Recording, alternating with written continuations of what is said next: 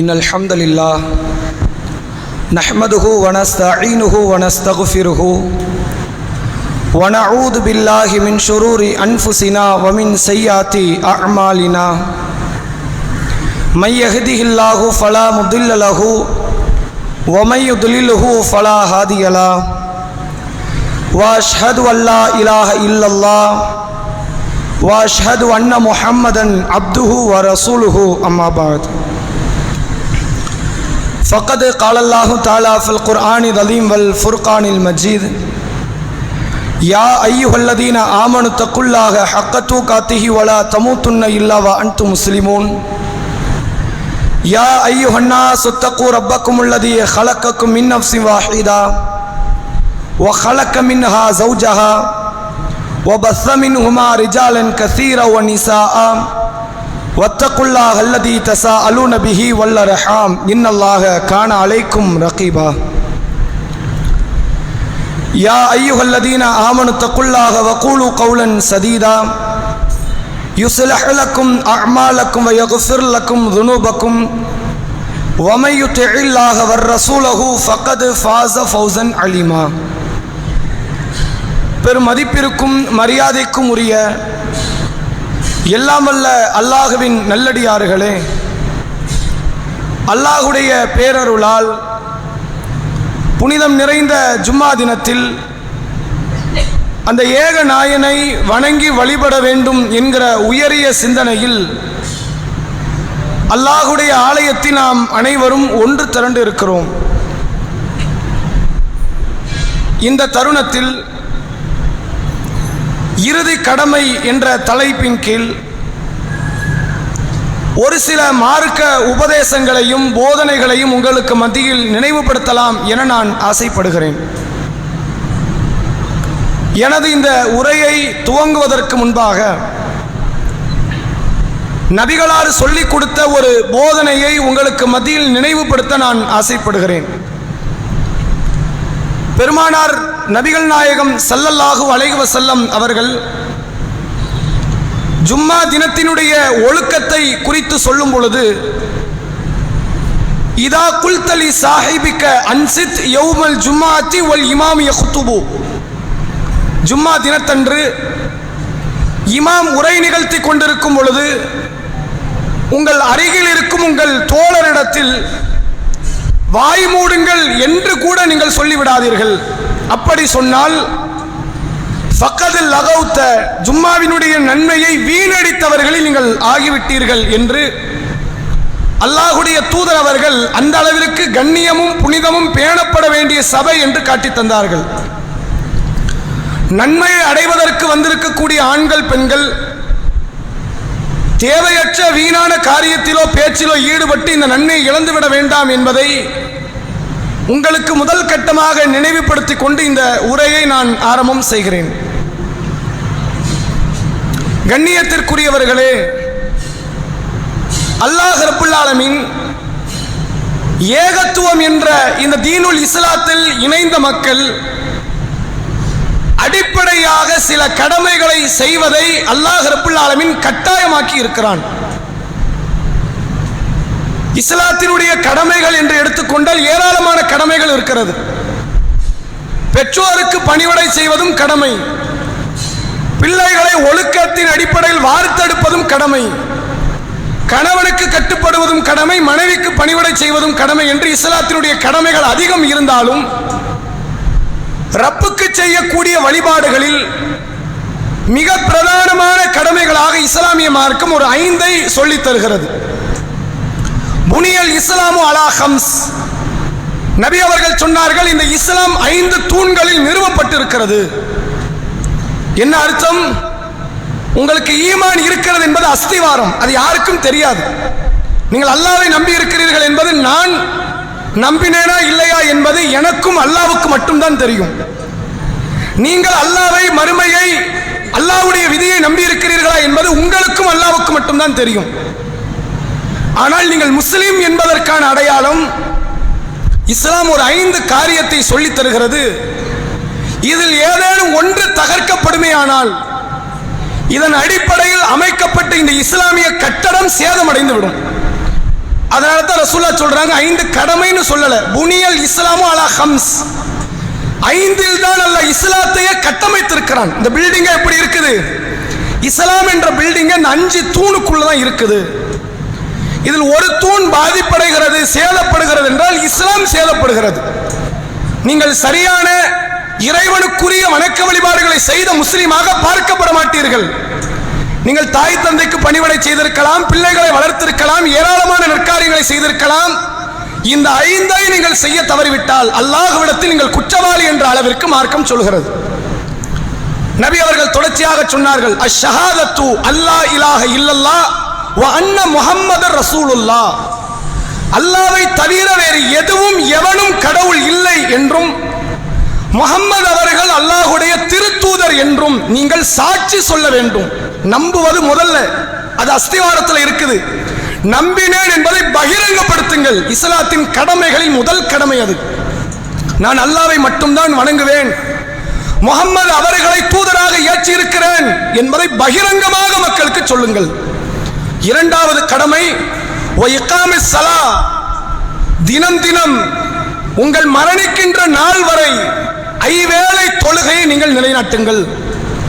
ஈதாஇ ஸக்கா, நீங்கள் செல்வத்தில் கொஞ்சம் இஸ்லாம் சொன்ன தரத்தில் நீங்கள் இருந்தீர்களே ஆனால் இஸ்லாம் சொன்ன கடமையான 40இல் ஒரு பகுதி, 40இல் ஒரு பகுதியை ஏழை எளியவர்களுக்கு கொடுக்கிற ஜக்காத்தை நீங்கள் நிறைவேற்ற வேண்டும். வல் ஹஜ், இறைவன் இந்த துன்யாவில் அமைத்த ஆலயங்களினுடைய தலையாக பார்க்கப்படக்கூடிய அந்த காபத்துல்லாவை தரிசித்து நபி இப்ராஹிம் அலைஹிஸ்ஸலாம் அவர்களுடைய குடும்பம் செய்த தியாகத்தை நினைவுபடுத்தக்கூடிய அமலை செய்யக்கூடிய அந்த ஹஜ்ஜை நீங்கள் நிறைவேற்றுங்கள். வஸௌம் ரமதான், வருடா வருடம் வரக்கூடிய ரமலான் மாதத்தை நீங்கள் அடைந்து அந்த மாதத்தில் நீங்கள் ஹயாத்தாக இருந்தால் அந்த மாதத்தை நீங்கள் நோன்பு வையுங்கள் என்ற இந்த 5 கடமை இறைவனுக்கு நீங்கள் செய்யக்கூடிய கடமை. இந்த 5இல் ஏதேனும் ஒன்று பாதிக்கப்பட்டால் நீங்கள் சரியான முஸ்லிமாக வாழவில்லை என்று நபிகள் நாயகம் ஸல்லல்லாஹு அலைஹி வஸல்லம் அவர்கள் சொல்கிறார்கள். ரசூலுல்லாஹ்ட்ட ஒரு நபித்தோழர், ஒரு கிராமவாசி வருகிறார். அவர் வந்து சொல்கிறார், அல்லாஹ்வின் தூதரா நீங்கள்? ஆமா. உங்களிடத்திலிருந்து ஒரு தூதுவர் வந்து எங்கள் ஊரில் மார்க்க பிரச்சாரம் செய்தார். நீங்கள் தான் வானத்தில் இருக்கக்கூடிய ஏக இறைவனால் அனுப்பப்பட்ட தூதர் என்று அவர் சொல்கிறார். உண்மையில் அல்லாஹ் தான் உங்களை அனுப்பினானா அப்படின்னு கேட்கிறார். ஃபர்ஸ்ட் கிளாரிஃபிகேஷன், டீடைல கேட்டு முதல்ல தெளிவாய்க்கும். ஒரு தூதரா பொய்யரான்னு தெரிய வேண்டாமா? நீங்கள் உண்மையில் அல்லாஹ் அனுப்பிய தூதர் தானா? இப்ப ரசூலுல்லாஹ் சொல்றாங்க, ஆமா, உண்மையில் அந்த ஏக இறைவன் அனுப்பிய தூதர் தான் நான் அப்படிங்கிறாங்க. ரசூலுல்லாஹ் கிட்ட அந்த நபித்தோழர் கேட்கிறார், எங்கள் மீது எது கடமை? தினம் தினம் 5 வேளை தொழுகை மரணிக்கின்ற நாள் வரை நீங்கள் தொழ வேண்டும்ங்கிறாங்க. அப்ப அந்த நபித்தோழர் சொல்கிறார், இந்த 5 வேளை தொழுகையை தாண்டி தொழுகை விஷயத்தில் ஏதாவது கடமை இருக்குதா? ரசூலுல்லாஹ் சொல்றாங்க, நீங்களாக விரும்பி எதுவும் தொழலாம். முன்பின் சுன்னத்துகள், தஹஜ்ஜத், வித்ரு என்று நிறைய தொழுகை இருக்கு, விரும்பி தொழலாம். கடமை எதுதான்? 5 தான் கடமை. இதை அல்லாஹ் தான் உங்களுக்கு கட்டளையிட்டானா? ஆமா, இதை அல்லாஹ் தான் கட்டளையிட்டான். சரி, அடுத்த கேள்வி, வேறு என்ன கடமை என் மீது இருக்கிறது? ரமலான் மாதத்தில் நீங்கள் நோன்பு வைக்க வேண்டும். வாழ்நாள் முழுக்க வரக்கூடிய எல்லா ரமலானையும் நீங்கள் நோன்பு வையுங்கள். இது தவிர்த்து நோன்பில் ஏதாவது கடமை இருக்குதா? இது தவிர்த்து வைக்க வேண்டியது உன்னுடைய விருப்பப்பட்டால் வைக்கலாம். ஆஷுரா நோன்பு, அரஃபா நோன்பு, 6 நோன்பு, திங்கள் வியாழன் வைக்கக்கூடிய நோன்பு விருப்பப்பட்டால் வைத்துக் கொள்ளலாம். கடமை 1 மாசம் நோன்பு தான். இதையும் அல்லாஹ் தான் உங்களுக்கு கட்டளையிட்டானா? ஆமா. இந்த செய்தி சஹீஹ் முஸ்லிம்ல பதிவு செய்யப்பட்டிருக்கு. அடுத்த அந்த நபித்தோழர் கேட்கிறார், வேறு ஏதாவது கடமை என் மீது இருக்கிறதா? செல்வத்தில் இந்த அளவில் உங்களிடத்தில் பொருளாதாரம் இருந்தால் 40இல் ஒரு பகுதியை நீங்கள் ஏழை எளியவர்களுக்கு தர்மமாக்க வேண்டும். இதை அல்லாஹ் கடமையாக்கி இருக்கிறான். இதுக்கு பேர் ஜக்காத். இந்த ஜக்காத்தை தாண்டி பொருளாதாரத்தில் வேற ஏதாவது கடமை இருக்கிறதா? நீங்களா விரும்பி கொடுக்கலாம், கடமை கிடையாது. கண்டிப்பாக கொடுக்கணுங்கிற சட்டம் கிடையாது. அடுத்து கேட்கிறார்கள், வேறு என்ன கடமை? உங்கள் வாழ்நாளில் ஒரு முறை ஹஜ் செய்து விடுங்கள். மக்கமா நகரத்தில் காபத்துல்லா என்ற ஆலயத்தை சந்தித்து இஸ்லாம் சொன்ன அந்த கிரிகைகளை நிறைவேற்றி விடுங்கள். அந்த ஹஜ்ஜை ஒரு முறை செய்யுங்கள். வேற ஏதாவது கடமை இருக்குதா? அந்த ஹஜ்ஜை நீ 10 முறையும் செய்யலாம், தப்பு கிடையாது. அது தவிர்த்து உம்ராக்கள் இருக்கிறது, செய்யலாம், தப்பு கிடையாது. கடமை ஒரே ஒரு ஹஜ், வாழ்நாளில் ஒரு முறை. அந்த நபித்தோழர் கேட்கிறார் அடுத்து, அல்லாஹ்வின் தூதரே, இப்போது நான் உங்களிடத்தில் கேட்ட ஐவேளை தொழுகை, ஒரு மாத நோன்பு, ஜக்காத்து, ஹஜ், உங்களிடத்திலிருந்து கேட்டதில் இருந்து கொஞ்சமும் கூட்டவும் மாட்டேன், கொஞ்சமும் குறைக்கவும் மாட்டேன். 5 வேளை தொழுகையில குறை வராது. அதே நேரத்தில் சுன்னத்தான தொழுகை நான் தொழவும் போறது இல்லை. நான் நோன்பை ஃபர்லை குறைத்து விட மாட்டேன், சுன்னத்தான நோன்பை வைக்கவும் மாட்டேன். ஜக்காத்தை நான் குறைத்து விடவும் மாட்டேன், உபரியான தர்மம் செய்யவும் மாட்டேன். ஹஜ்ஜை நான் செய்யாமல் இருக்க போறதும் கிடையாது, கூடுதலாக நான் செய்ய போறதும் கிடையாது. கடமையான இந்த காரியத்தை நான் கரெக்டா நான் நிறைவேற்றுவேன் சொல்லிட்டு போறார். ரசூலுல்லாஹ் சொன்னாங்க, சொர்க்கவாசிகளில் ஒருவரை நீங்கள் பார்க்க ஆசைப்பட்டால் இவரை பாருங்கள். நான் முடிஞ்சு போச்சா? இஸ்லாத்தினுடைய கடமைகள் இந்த காரியங்கள் தான் என்று மார்க்கம் சொல்கிறது. ஆனால் இந்த கடமைகளை நீங்கள் முஸ்லிம் சமூகத்தை பார்க்கலாம். பெரும்பாலான முஸ்லிம்கள் இன்றைக்கு சமூகத்திலே இளைஞர்களை தவிர்த்து விட்டு பார்த்தால் இந்த ஐவேளை தொழுகையில் ஆண்கள் பெண்கள் எல்லோருமே அதீத பேணுதல் இருப்பார்கள். ரமலான் மாத நோன்பு என்று வந்துவிட்டால் அதிலே அதிகப்படியான பேணுதலோடு செயல்படுவார்கள். ஜக்காத்து கொடுக்க வேண்டிய நிலை வந்து தர்மம் செய்யக்கூடிய இடத்தில் செல்வந்தர்கள் இருந்தால் அதிலும் பேணுதலோடு ஒவ்வொரு ஆண்டும் ஜக்காத்தை பற்றி விசாரித்து தங்களுக்குரிய சொத்தில் இருந்து தங்களுக்குரிய வருவாயில் இருந்து ஜக்காத்தை கொடுப்பதற்கும் முனைவார்கள். ஆனால் இந்த ஹஜ்ஜுங்கிற இந்த அமல் இருக்கு பார்த்தீங்களா, இதுல நிறைய பேருக்கு அலட்சியம். என்ன அலட்சியம் என்றால், இது இப்ப செய்ய வேண்டிய அமல் கிடையாதுன்னு நினைக்கிறாங்க. 16 வயசிலும் 20 வயசிலும் 30 வயசிலும் செய்யற அமலா, 60 பார்த்துக்கும். பெண் பிள்ளைகளை எல்லாம் கட்டி கொடுக்கணும், வீடு கட்ட வேண்டியது இருக்கிறது, பையனை கரை சேர்க்க வேண்டியது இருக்குது. எல்லாவற்றையும் முடித்து விட்டு ஹஜ்ஜை நிறைவேற்றுவோம். இஸ்லாம் அப்படி காட்டி தரல. எல்லா நேரத்திலும் ஒரு மனிதனுக்கு அத்தனையும் முடிஞ்சு எனக்கு எந்த வேலையுமே இல்லைன்னு ஒரு நிலைமை வருமா? அப்படி ஒரு காலம் மனிதனுக்கு வராது, மௌத்தை தவிர. எனக்கு எந்த கமிட்மெண்ட்ஸும் இல்லப்பா, நான் பிள்ளைகளை கட்டி கொடுத்தாச்சு, வீடு கட்டியாச்சு, எனக்கு எல்லாம் முடிஞ்சிருச்சு, நான் ராகத்தான் இருக்கிறேங்கிற ஒரு நிலையில் எந்த மனிதனும் வாழ மாட்டான். அடுத்தடுத்த தேவைகளை அல்லாஹ் உருவாக்கி கொண்டே இருப்பான். இன்னைக்கு ஒரு தேவை முடியும், நாளைக்கு ஒரு தேவை உருவாகும். இன்னைக்கு ஒரு காரியம் முடியும், நாளைக்கு புதிதாக ஒரு பிரச்சனை கிளம்பும். அவ ஒவ்வொரு பிரச்சனையும் நீங்கள் பார்த்து கொண்டே இருந்தால் கபர் மண்ணை சந்திப்பீர்களை தவிர காபத்துல்லாவை சந்திக்க மாட்டீர்கள். நீங்கள் மரணிப்பீர்களை தவிர ஹஜ்ஜை செய்ய முடியாது. எனக்கு எவ்வளவோ கடமைகள் இருக்கிறது, எவ்வளவோ பல பிரச்சனைகள் இருக்கிறது. அந்த பிரச்சனைகளை எல்லாம் காரணம் வைத்து ஐவேளை தொழுகை விடுகிறோமா? அந்த பிரச்சனைகளை, கடன்களை, சூழ்நிலைகளை காரணம் வைத்து நாம் நம்முடைய ரமலான் கால நோன்பை விடுகிறோமா? அதுல எந்த அளவிற்கு பேணுதல் இந்த முஸ்லிம் சமூகத்திடத்தில் இருக்கிறதோ, ஹஜ் விஷயத்தில் அந்த முஸ்லிம் சமூகத்திடத்தில் இந்த அளவிற்கு பேணுதல் இல்லை. ரசூலுல்லாஹ் எந்த அளவிற்கு இது முக்கியத்துவமான அமல் என்று சொன்னார்கள் தெரியுமா? ஒரு முறை நபித்தோழர்களை பார்த்து கேட்டார்கள் அல்லாஹ்வுடைய தூதர் அவர்கள், யா அய்யுஹன் நாஸ் கத் ஃபரதல்லாஹு அலைக்குமுல் ஹஜ், மக்களே, அல்லாஹ் உங்களுக்கு ஹஜ்ஜை கடமையாக்கி விட்டான், ஃபஹுஜ்ஜு, நீங்கள் ஹஜ்ஜை நிறைவேற்றுங்கள். நாங்க சஹாபில ஒருத்தர் எந்திக்கிறார், அஃபி குல்லி ஆமீன் யா ரசூலல்லாஹ், அல்லாஹ்வின் தூதரே வருஷா வருஷம் ஹஜ் பண்ணணுமான்னு கேட்கிறார். ஃபஸக்கத, அல்லாஹ்வின் தூதர் அமைதி ஆயிட்டாங்க, பதில் கொடுக்கல. மீண்டும் கேட்கிறார், அஃபி குல்லி ஆமீன் யா ரசூலல்லாஹ், நான் சொன்னது ரசூலுல்லாஹ்க்கு கேட்கல போலுக்க, மறுபடியும் கேட்போம், அல்லாஹ்வின் தூதரே வருடா வருடம் ஹஜ் செய்ய வேண்டுமா? ரசூலுல்லாஹ் அப்பா அமைதியா இருக்கிறாங்க. மீண்டும் கேட்கிறார், அஃபி குல்லி ஆமீன் யா ரசூலல்லாஹ், அல்லாஹ்வின் தூதரே வருடா வருடம் ஹஜ் நிறைவேற்ற வேண்டுமா? ரசூலுல்லாஹ் அப்போதும் அமைதியாக இருந்துவிட்டு அவர் அமர்ந்த உடனே ரசூலுல்லாஹ் எந்திரிச்சு பதில் சொல்ல ஆரம்பிக்கிறாங்க. வலவ் நகூலு நாம், வலவ் அகூலு நாம், நான் ஆமான்னு சொன்னா அதை உங்களால் தாங்க முடியுமா? அல்லாத கடமையாக்கின ஏத்துக்க முடியுமா? காபத்துல்லாவை சுற்றி இருப்பவர்களுக்கு சிரமமான காரியம் அது. உலகத்தினுடைய மூளை முடுக்கில வாழக்கூடியவர்களுக்கெல்லாம் இது எவ்வளவு பெரிய பாரதூரமான விளைவு.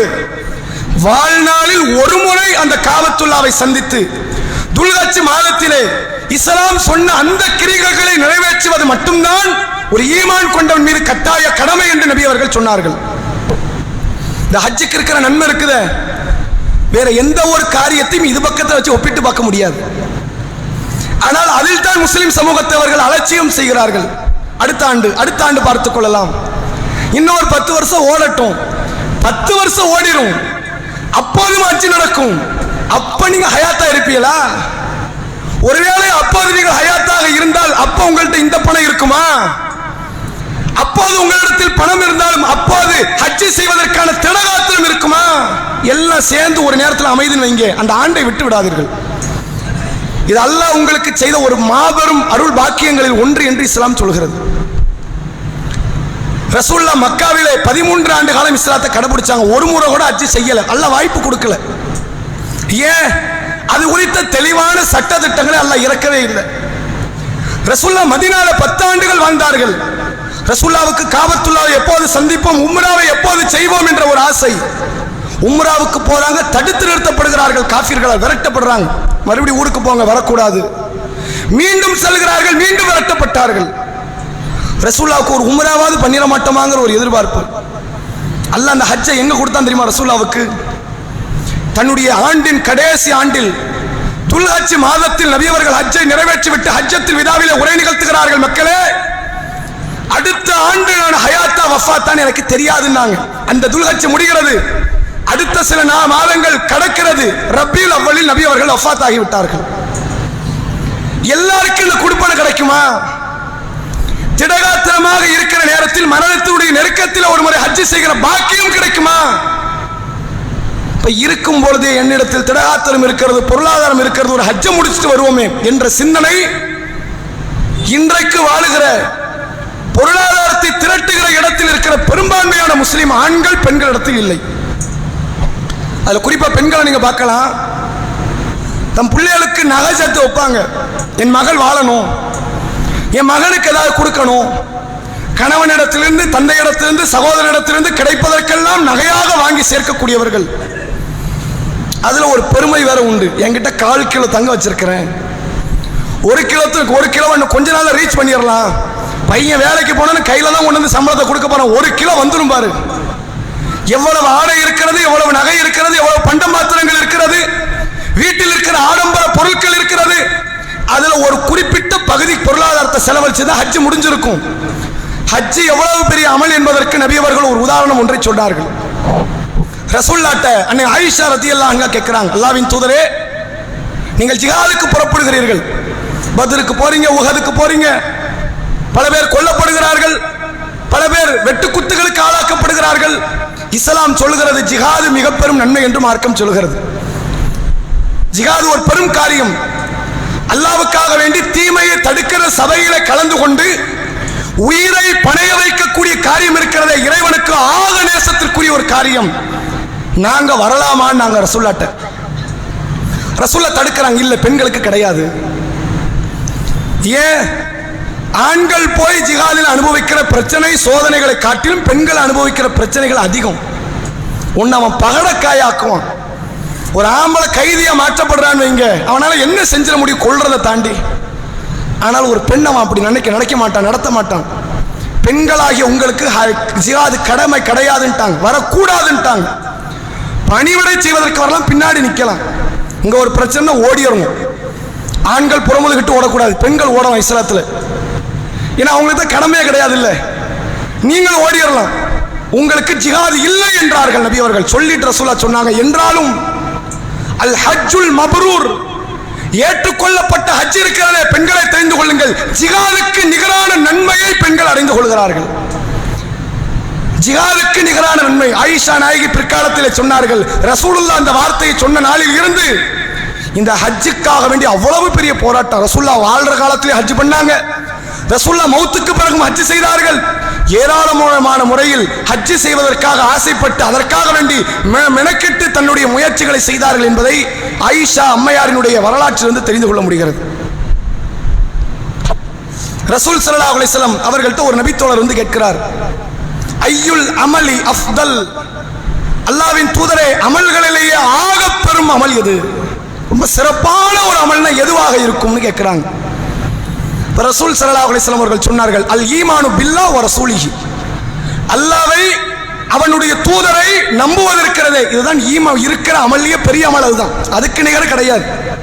நான் அல்லாஹ்வை நம்புகிறேன், அவன் தூதரை நம்புகிறேன், அவர்கள் சொன்ன வாக்குறுதியை நம்புகிறேன் என்று ஒருவன் சொல்கிறானே ஆனால், நம்புகிறானே ஆனால், அமல்களில் அதுதான் உயர்ந்த இடம் என்றார்கள் நபி அவர்கள்.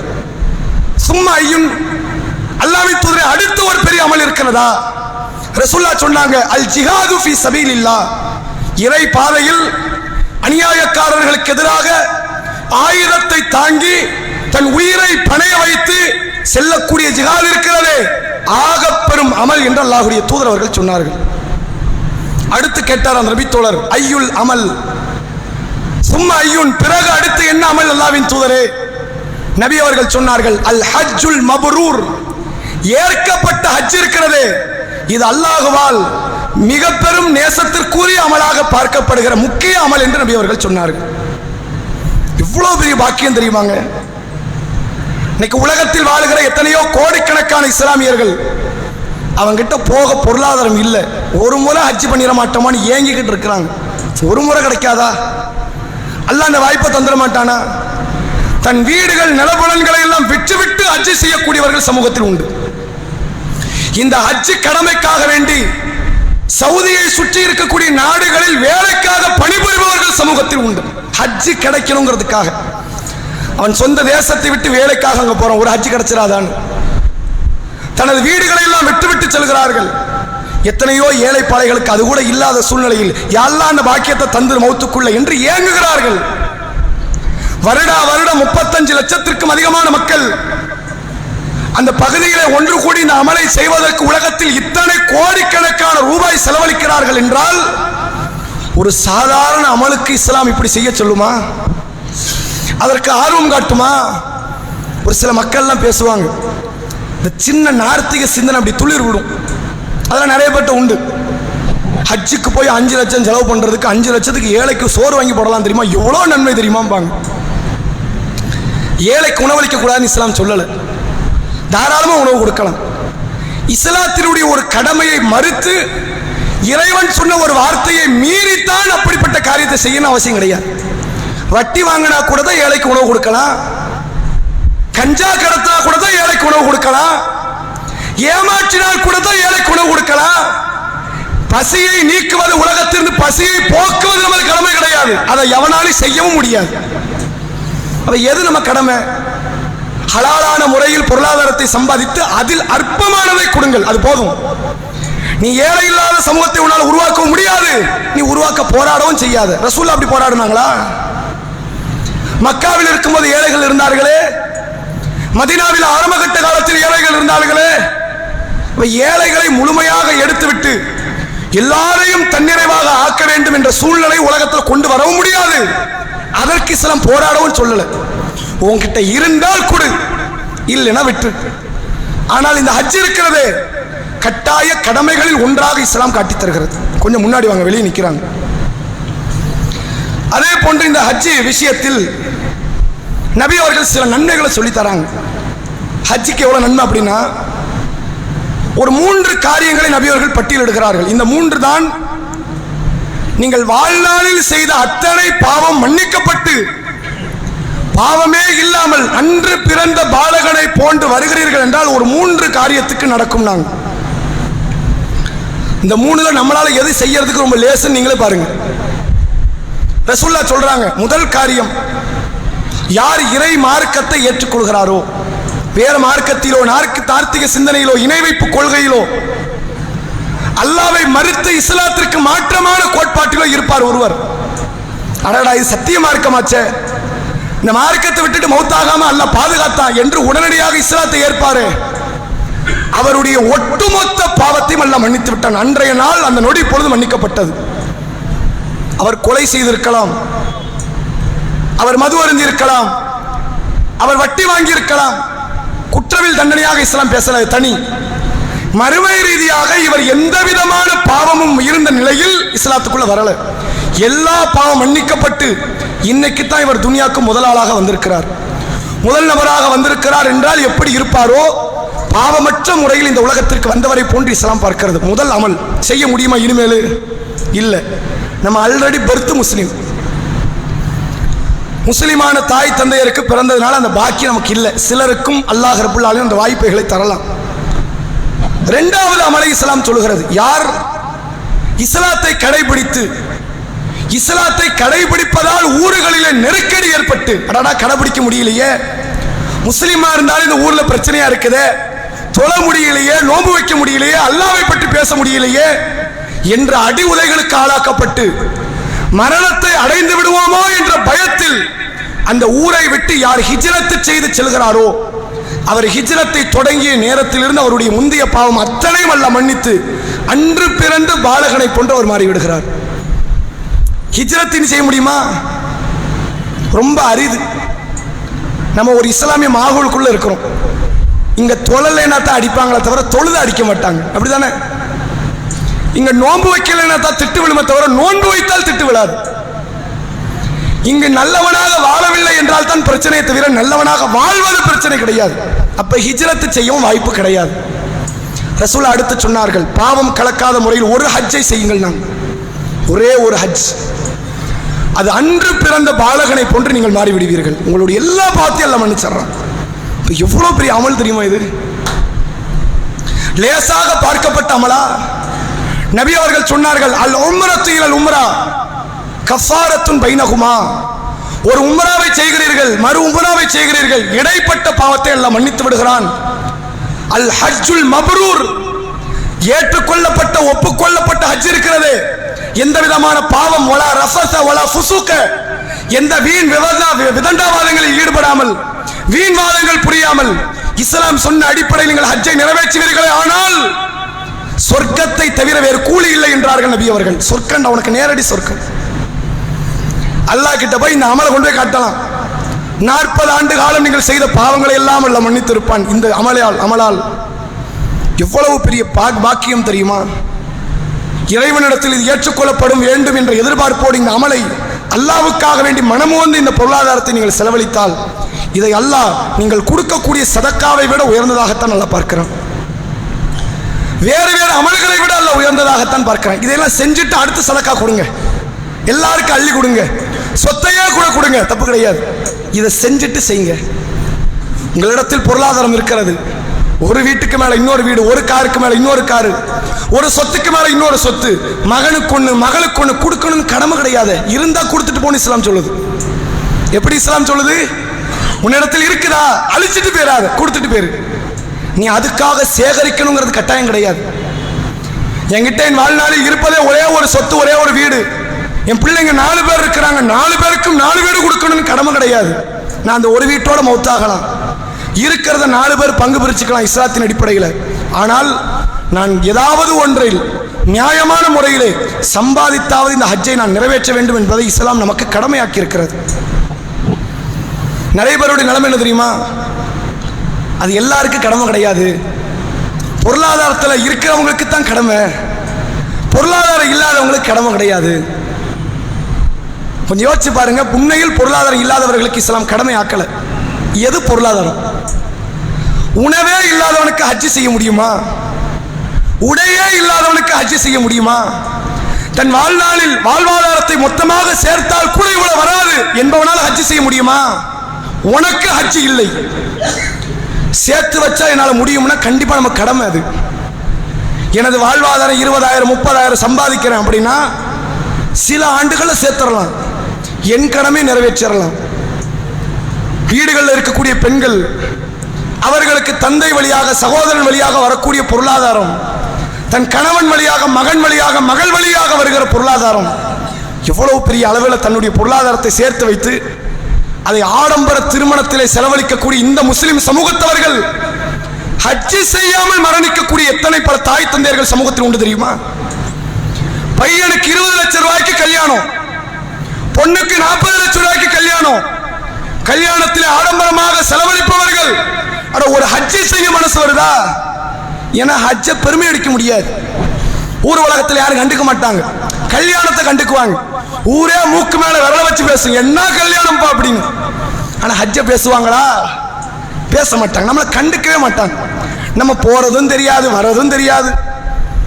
நம்ம ஹஜ்ஜை செஞ்சிட்டோன்னு ஒரு தனி மதிப்பு உண்டா? வேற வேற சில இடத்துல வேணா இருக்கலாம். சில பள்ளியில் சில முத்தவலிகளுக்கான கொடுப்பாங்க, ஹாஜியார் அப்படின்னு போட்டுருவாங்க. தொழுவுறதுனால முசல்லியார்னு போடுறீங்களா? நோம்பு வைக்கிறதுனால முசாமியார்னு போடுறீங்களா? அது என்ன ஹஜ் பண்ணிட்டா மட்டும் ஹாஜியாரு? எல்லாராலும் செய்ய முடியாதுல்ல, அதனால இது உயர்ந்ததா? நீங்க செஞ்சதுனால அது பெரும் பாக்கியம். அப்படியா? அல்லாஹ்விடத்தில் நன்மைக்காக செய்தவர்கள் பெருமைக்காக செய்யக்கூடிய நிலையில் இன்றைக்கு சமூகத்தில் உண்டு. அது நமக்கு முக்கியம் இல்லை, தேவையில்லை. இறை திருப்தியை நாடி உங்கள் பொருளாதாரத்தை இந்த திருமணத்தில் செலவழிக்கக்கூடியவர்கள் ஹஜ்ஜுக்கு போடுங்க. ஒரு முறை செஞ்சுட்டு வந்துருங்க அந்த பாக்கியத்தை. நாளைக்கு ஒருவேளை உங்களுக்கெல்லாம் ஹயாத்தை தரலாம், செல்வத்தை தராமல் இருந்து விடலாம். இன்றைக்கு இந்த ஊரினுடைய நிலைமை, நீ கோடி கோடியாக சம்பாதித்து கொடுத்தாலும் உன் பிள்ளைகள் உனக்கு திருப்பி அந்த பொருளாதாரத்தை தரமாட்டான். நீங்கள் ஹயாத்தாக இருக்கும்போது கேட்டாலும் கிடைக்காது. நீங்கள் உங்கள் மனைவிக்கு எவ்வளவோ செலவழித்திருப்பீர்கள். 40 ஆண்டு காலம் வீட்டில் தங்க இடம் கொடுக்காத நிலையில எத்தனையோ கணவன்மார்கள் சத்திரத்திலும் பள்ளிவாசலிலும் கடற்கரையிலும் வந்து தூங்கக்கூடிய நிலை. ஒரு ஹஜ்ஜி செய்ய முடிஞ்சதா? ஒரு சோத்துக்கே வழி கிடையாது. இனி எங்க ஹஜ்ஜி? ஆனா ஆள் பெரிய பணக்காரர் அப்ப இருந்தார். 20 வருஷத்துக்கு முன்னாடி கொடிகட்டி பறந்தார். போகாத நாடு கிடையாது, ஏறாத பிளைட் கிடையாது, பார்க்காத பணம் கிடையாது. இன்னைக்கு ஹஜ்ஜி செய்ய முடியலையா? அல்லாஹ் இந்த நிலையை தந்தரக்கூடாது. ரசூலுல்லாஹ்வுடைய காலத்தில் இந்த ஹஜ்ஜுக்கு அவங்க கொடுத்த முக்கியத்துவத்தை இறுதியாக சொல்லி எனது உரையை நிறைவு செய்கிறேன். ரசூலுல்லாஹ்வுக்கு அல்லாஹ் ஹஜ்ஜை ஆரம்பத்திலே கடமையாக்கினாலும் சஹாபாக்கள் நிறைய பேர் ஹஜ்ஜி செய்யல, காத்துக்கிட்டு இருந்தாங்க. என்ன காரணம்? நபி கூட ஹஜ்ஜி செய்வோம், ரசூலுல்லாஹ் எப்படி ஒரு முறை செஞ்சு தானே ஆகணும், அதான ரூலு. நோன்பு வச்சு காட்டினாங்க, தொழுது வச்சு காட்டினாங்க, ஹஜ்ஜி செஞ்சு காட்டணுமே. அதை சொல்லி காட்ட முடியாது முழுசா, ஒரு முறை ப்ராப்பரா செஞ்சு காட்டணும். அப்ப நபி எப்படியும் ஒரு முறை ஹஜ்ஜி செய்வார்கள் என்று எதிர்பார்ப்போடு இருந்தாங்க. ரசூலுல்லாஹ்வுடைய சஹாபாக்கள் மதீனாவில் இருந்தவர்கள் மட்டுமல்ல, மக்காவில் வாழ்ந்தவர்கள் கூட அந்த ஹஜ்ஜுக்காக காத்துக்கிட்டு இருந்தாங்க. சுற்றில் இருந்த மக்கள் எல்லாம் அந்த ஹஜ்ஜுக்காக காத்துக்கிட்டு இருந்தாங்க. ரசூலுல்லாஹ் ஹஜ்ஜுக்கு புறப்படுறாங்க. மக்கா வெற்றி அடைந்த மறு வருடம் ரசூலுல்லாஹ் புறப்படுறாங்கன்னு காட்டுத்தீயாக இந்த செய்தி பரவுது. எல்லா பகுதியுடைய முஸ்லிமுக்கு போகுது. பல்லாயிரக்கணக்கான முஸ்லிம்கள் அன்றைய ஆண்டு தான் ஹஜ்ஜி அதிகமாக செய்தார்கள். அதுக்கு முந்தின ஆண்டு அப்படி ஒரு ஹஜ்ஜி நடக்கல. முதல்ல இவ்வளவு கூட்டம் வந்து ஹஜ்ஜி நடந்தது அந்த வருஷம் தான், ரசூலுல்லாஹ்வுடைய இறுதி ஹஜ்ஜில். வழியில ரசூலுல்லாஹ் ஹஜ்ஜுக்கு போய்கிட்டு இருக்கிறாங்க. வேற ஒரு முஸ்லிம் கூட்டம் ரசூலுல்லாஹ்வை கிராஸ் பண்ணுது. அவங்களும் ஹஜ்ஜுக்கு ரசூலுல்லாஹ்வோட இணையறதுக்கு வராங்க. ரசூலுல்லாஹ் அவங்க பார்க்கல, நபியை மட்டும் ஏத்துக்கிட்டாங்க. அவங்களுக்கு வேற வேற நபி தோழர்கள் மூலமாக இஸ்லாம் போய் இஸ்லாத்தை கடைபிடிக்கிறார்கள், நபியை பார்க்கல. ரசூலுல்லாஹ் வரதை பார்த்துட்டு கேட்கிறாங்க, யார் இவர்? இவர் அல்லாஹ்வின் தூதர். உடனே ஒரு பெண்மணி இறங்குறாங்க, ஹஸம் கோத்திரத்தை சார்ந்த ஒரு இஸ்லாமிய பெண், சஹாபிய பெண். அவங்க சொல்றாங்க, அல்லாஹ்வின் தூதர், என்னுடைய தந்தை உடம்பு முடியாம இருக்கிறார், அவரையும் கூட்டு வந்திருக்கிறோம் ஹஜ்ஜி செய்யறதுக்கு.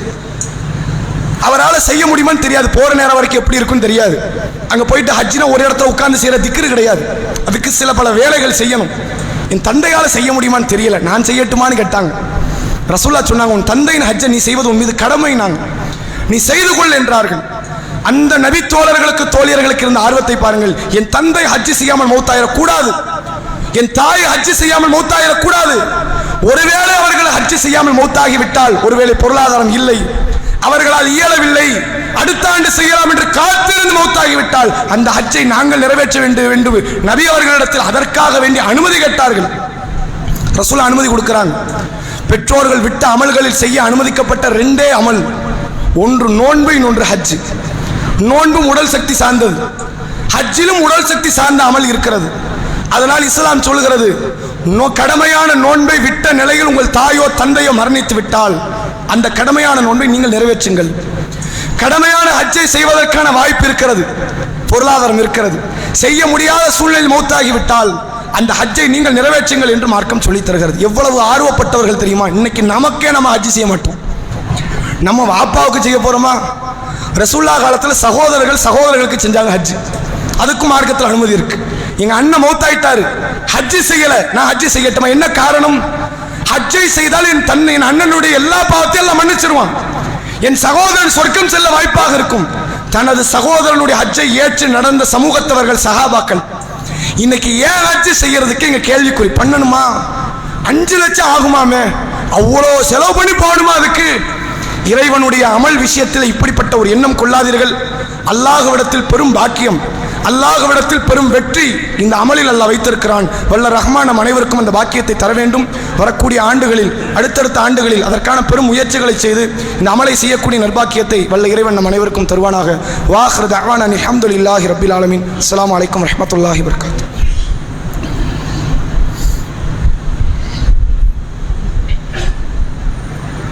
நஹ்மதுஹு வ நுஸல்லி அலா ரசூலின் கரீம். அம்மா பாத். கண்ணியத்திற்குரிய எல்லாம் அல்ல அல்லாஹ்வின் நல்லடியார்களே, சில அமல்களுக்காக வேண்டி ஒரு சில தியாகங்கள் செய்யாமல் அந்த அமலை செய்ய முடியாது. நீங்கள் பட்டினி கிடந்தால் தான் நோன்பை நிறைவேற்ற முடியும். உங்கள் வியாபாரத்தை, வீடுகளை, மற்ற காரியங்களை கொஞ்ச நேரம் ஒதுக்கினால் தான் தொழ முடியும். உங்கள் பொருளாதாரத்தில் கொஞ்சத்தை தியாகம் செய்தால் தான் ஜக்காத்தை, சதக்காவை செய்ய முடியும். அதுபோன்று அல்லாவுக்காக வேண்டி ஹஜ்ஜி செய்ய வேண்டும் என்று ஆசைப்பட்டால் ஒரு பெரும் பொருளாதாரத்தை இழந்தால் தான் ஹஜ்ஜி செய்ய முடியும். இல்லை அல்லாவே 5 லட்சத்தை கையில் கொண்டு வந்து தருவான், 10 லட்சத்தை கொடுத்துருவான், நான் ஃப்ளைட் ஏறி போய் ஹஜ்ஜி செய்ய, அந்த வாய்ப்பு கிடைக்காது. இந்த ஹஜ் என்பது எவ்வளோ பெரிய ஒரு பெரும் பாக்கியம் நிறைந்தது அப்படிங்கிறதுக்கு ஒரு 2 உதாரணத்தை சொல்லி எனது உரையை நிறைவு செய்கிறேன். இந்த ஹஜ்ஜுக்கு போகிற நிலையில், உம்ராவுக்கு போகிற நிலையில் மரணம் ஏற்படும். எல்லாருக்கும் அந்த பாக்கியம் கிடைக்காது. அதை இஸ்லாம் பாக்கியமாக பார்க்குது. ஏன் காபத்துள்ளால மௌத்தாரனால பாக்கியமா? கிடையாது. காபத்துல்லா பக்கத்தில் தான் அபூஜஹலும் அபுலஹபும் மக்கா காஃபிர்களும் அவர்களை போன்றவர்கள் எல்லாம் கொல்லப்பட்டார்கள், மௌத்தானாங்க. காஃபிர் மௌத்தானது, வலிது பின் வலிது மௌத்தானா, அதனால அவன் சொர்க்கவாசியா? அது கிடையாது. அல்லாவை ஏகத்துவப்படுத்தி இந்த இஸ்லாத்திலே இருந்து ஹஜ் உம்ராவை எவன் இஹ்ராம் கட்டிய நிலையில் அந்த இடத்திலே மரணிக்கிறார்களோ, ரசூலுல்லாஹ் காலத்தில் ஒரு நபித்தோழர் ஒட்டகத்தில் இருக்கிறார், கீழே விழுந்து மௌத்தாயிட்டார். ஹஜ்ஜுக்கு வந்தவர். ரசூலுல்லாஹ் ஜனாசாவை குளிப்பாட்டுறாங்க, கஃபன் போடுறாங்க. அந்த இஹ்ராமுடைய ஆடையே தலையை மறைக்க கட்டளை இடலை, தலையை மறைக்க கூடாதுன்ட்டாங்க. நாளை மறுமையில் இவர் எப்படி வருவார் தெரியுமா? தல்பியா சொல்லிக் கொண்டே மறுமையில் எழுப்பப்படுவார். ஹஜ் உம்ரா செய்கிற நிலையில் மரணித்து விட்டால் அது ஒரு பாக்கியம். அதை அல்லாஹ் பெரும் நன்மையா பார்க்கிறான். என இஸ்லாம் சொல்லுகிறது, இறை யாருடைய மரண நேரம் எப்படி இருக்கிறதோ அப்படித்தான் மௌத்துக்கு பிறகு எழுப்பப்படுகிற நேரமும் அப்படித்தான் அமையும். நீங்கள் மது அருந்துகிற நிலையில் மௌத்தாகிவிட்டால் மறுமை கதை முடிஞ்சிருச்சு. நீங்கள் தொழுகிற நிலையில் மௌத்தாகிவிட்டால் நாளை மறுமையில் வெற்றிக்கது ஒரு அடித்தளமாக அமையலாம். அதைத்தான் இஸ்லாம் சொல்கிறது. ஹஜ்ஜில் இது ஒரு பாக்கியம் இருக்கிறது, உம்ராவில் ஒரு பாக்கியம் இருக்கிறது. சரி, வேற என்ன பாக்கியம் இருக்கு? இங்க நீங்க கத்தி கத்தி கூப்பிட்டாலும் உங்க ஜனாசாக்கு 100 பேருக்கு மேல வரமாட்டாங்க, இது உண்மை. அங்க நீ யாருன்னே தெரியாது, 10,000 பேர் வந்து நிற்பாங்க ஜனாசாக்கு. ஆம்பளையா பொம்பளையான்னு கூட தெரியாது பின்னாடி நிற்கிறவங்களுக்கு. பல்லாயிரக்கணக்கான பேருடைய பிரார்த்தனை அங்கு மரணித்தால் கிடைக்கும்.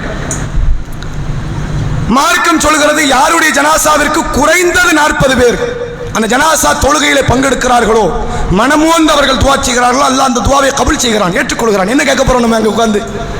அல்லாஹ் இவரை மன்னிச்சிரு, கபர் வேதனை விட்டு பாதுகாத்துரு, சொர்க்கத்தை கொடுத்துரு, நரகத்தை கொடுக்காத, அல்லாஹ் உடனே ஏத்துக்கிறேங்கிறான். எவ்வளவு பெரிய பாக்கியம் இது! உண்மையில் நம்ம இடத்தில் பொருளாதாரம் அதிகமாக கடந்தா வருஷம் செஞ்சா கூட தப்பு கிடையாது. அப்படிப்பட்ட பாக்கியம் நிறைந்த அமல் இந்த ஹஜ், இந்த உம்ரா. கூடுமான வரை உங்கள் பொருளாதாரத்தை மனம் வந்து கொஞ்சம் கூடுதலாக தியாகம் பண்ணுங்க. நகை இருக்குதா பெண்கள்கிட்ட? இது நம்மளை காப்பாற்ற போறது கிடையாது. கபருக்கு பிறகு ஹஜ்ஜு காப்பாற்றும், வித்துட்டு போயிருங்க. எங்கள்கிட்ட கூடுதலான சொத்துக்கள் இருக்குதா? கையில பணம் இல்லைனால் வித்துட்டாவது போங்க, தப்பு கிடையாது. இது என்கிட்ட இருக்கிறதே ஒரு வீடு, இதை வித்துட்டு போயிட்டு நான் திரும்பி வந்து எங்க உட்கார? அவர்களுக்குத்தான் இஸ்லாம் அவ்வளோ கட்டாயப்படுத்தலை. என்கிட்ட மிக மிஞ்சிய பொருளாதாரம் இருக்கிறது, 5 லட்சம் ஒரு அமௌண்ட் இல்லைன்னா உடனே பண்ணிருங்க, தாமதப்படுத்தாதீங்க. அல்லாஹ் உங்களை முடமாக்கி விடலாம், படுக்கையில் தள்ளி விடலாம். நீங்கள் ஏங்கி தவித்தாலும் உங்களை ஹஜ்ஜுக்கு அழைத்து செல்லுங்க ஆள் கிடையாது, நாதி கிடையாது. அதை உணர்ந்து வரக்கூடிய ஆண்டுகளிலேயே இந்த ஹஜ்ஜுக்காக வேண்டி அதிகமாக முயற்சி செய்யுங்கள். இந்த ஆண்டு கூட நம்முடைய தமிழகத்திலிருந்து ஏராளமான ஆண்கள் பெண்கள் ஹஜ்ஜுடைய அமலை நிறைவேற்றுவதற்காக செல்கிறார்கள். அதில் நம்முடைய காயல்பட்டினத்தில் முஸ்லீம்கள் பெருவாரியாக இருக்கிறனால நிறைய மக்கள் போகிறாங்க. அவங்களுக்கான ஹஜ் உம்ரா வழிகாட்டுதல் நிகழ்ச்சி, அதுக்கான பயிற்சி வகுப்பு நாளைய தினம் அசருடைய தொழுகைக்கு பிறகு நடைபெற இருக்கிறது. அசர்லேருந்து இஷா வரை, இடையில மகரிப் தொழுகைக்கு மட்டும் பிரேக். அந்த பயிற்சி வகுப்பு நடைபெறுவதனால் ஆண்கள் பெண்கள் அனைவரும் கலந்து கொள்ளுங்கள். இந்த வருஷம் ஹஜ் பண்ணாதவங்க கூட வாங்க, அதனுடைய நன்மைகளை பற்றி இன்னொரு ஆள்கிட்ட சொல்றதுக்கு ஒரு வாய்ப்பாக இருக்கும், அந்த அமலை பற்றி தெரிந்து கொள்ள ஒரு வாய்ப்பாக இருக்கும். அதனால் இந்த ஹஜ் உம்ரா வழிகாட்டுதல் நிகழ்ச்சிக்காக வேண்டி கலந்து கொள்வதற்கு அதிகமாக முயற்சி செய்யுங்கள். கலந்து கொள்ளக்கூடிய எல்லா ஹாஜிகளுடைய, அதாவது ஹஜ்ஜி செய்யக்கூடிய அவர்களுடைய ஹஜ்ஜை எல்லாம் ஏற்றுக்கொள்ள வேண்டும் என்ற ஒரு துவாவையும் அவர்களுக்காக அதிகமாக செய்யுங்கள். இறை திருப்தியையும் மறுமை எதிர்பார்த்தும் நாம் அந்த பொருளாதாரத்தை கஞ்சம் முடிச்சுக்கிட்டு இருக்கிறோம், அவங்க அந்த பொருளாதாரத்தை அள்ளி இறைக்கிறாங்க இந்த வகைக்கு. அப்படிப்பட்டவர்களுக்கு அல்லாஹ் இன்னும் பாக்கியத்தை தரட்டும். நன்மைக்காக வேண்டி செலவழிப்பவர்கள் ஒவ்வொருவருமே அல்லாஹ்விடத்தில் கூடுதல் பாக்கியம் பெற்றவர்கள்.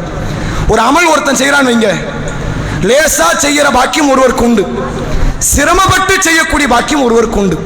2 பேரையும் அல்லாஹ் ஒரு தரத்தில் வைத்து பார்க்க மாட்டான். சில பேருக்கு வந்தான உடல் திடகாத்திரமா இருக்கும், 10 மணி நேரம் என்ன 20 மணி நேரம் பட்டினி கிடப்பான், அவனுடைய நோன்பும். சிலருக்கு வயிற்றுல கடந்து கடுமையா பசிக்கும், தாகம் எடுக்கும், இவனுடைய நோன்பும் ஒன்று கிடையாது. 2 பேருமே 14 மணி நேரம் பட்டினி கிடக்கிறாங்க, 2 பேரையும் அல்லாஹ் ஒன்றாக பார்க்க மாட்டான். சிரமப்பட்டாவது இந்த ஹஜ்ஜுடைய நன்மையை பெறுவதற்கு அல்லாஹ்விடத்தில் ஒரு பெட்டிஷனை போடுங்க, துவா செய்யுங்கள். வரக்கூடிய ஆண்டுகளில் அதை செய்வதற்கு முயற்சி செய்யுங்கள். நாளைய தினத்தில் நடக்கக்கூடிய அந்த வகுப்பிலே கலந்து கொள்ளுங்கள். நாளை மறுநாள் தீனியா அந்த நம்முடைய கோடைகால பயிற்சி வகுப்பில் ஆண்கள் பெண்கள் கலந்து கொண்டார்கள். அவர்களுக்கு இன்றைக்கு எக்ஸாம் முடிஞ்சிருக்கு. நாளை தினத்தில் நாளை மறுநாள் ஞாயிற்றுக்கிழமை அசருக்கு பிறகு பரிசளிப்பு நிகழ்ச்சியும் பிள்ளைகளுடைய பல்சுவை நிகழ்ச்சியும் மார்க்க சொற்பொழிவும் நடைபெற இருக்கிறது. அதிலும் நீங்கள் கலந்து கொள்ளுங்கள். இன்ஷா அல்லாஹ் இந்த ஜும்மா தொழுகை முடிஞ்ச உடனே வெளியே வந்து இந்த தர்பூசணி பழச்சாறு வந்து ஏற்பாடு பண்ணியிருக்கிறாங்க பள்ளிவாசலிருந்து சில நபர்கள். நன்மையை நாடி கோடை வெயிலினுடைய அந்த தாக்கத்தினால மக்கள் சாப்பிட்டுட்டு போட்டோம் அப்படின்னு. அப்போ அதனால் அந்த ஏற்பாடு செய்ததில் வந்து அல்லாவுக்காக வேண்டி அந்த பழச்சாறை சாப்பிட்டுட்டு போங்க. கொஞ்சம் வேலைகள் உங்களுக்கு அதிகமாக இருக்கலாம், இருந்தாலும் ஒரு 5 நிமிஷம் வெயிட் பண்ணி அதை குடிச்சிட்டு போங்க. அவர்களுக்காகவும் துஆ செய்யுங்கள். வாஹிரு தஅவானா அல்ஹம்துலில்லாஹி ரப்பில் ஆலமீன். அஸ்ஸலாமு அலைக்கும் வரஹ்மத்துல்லாஹி.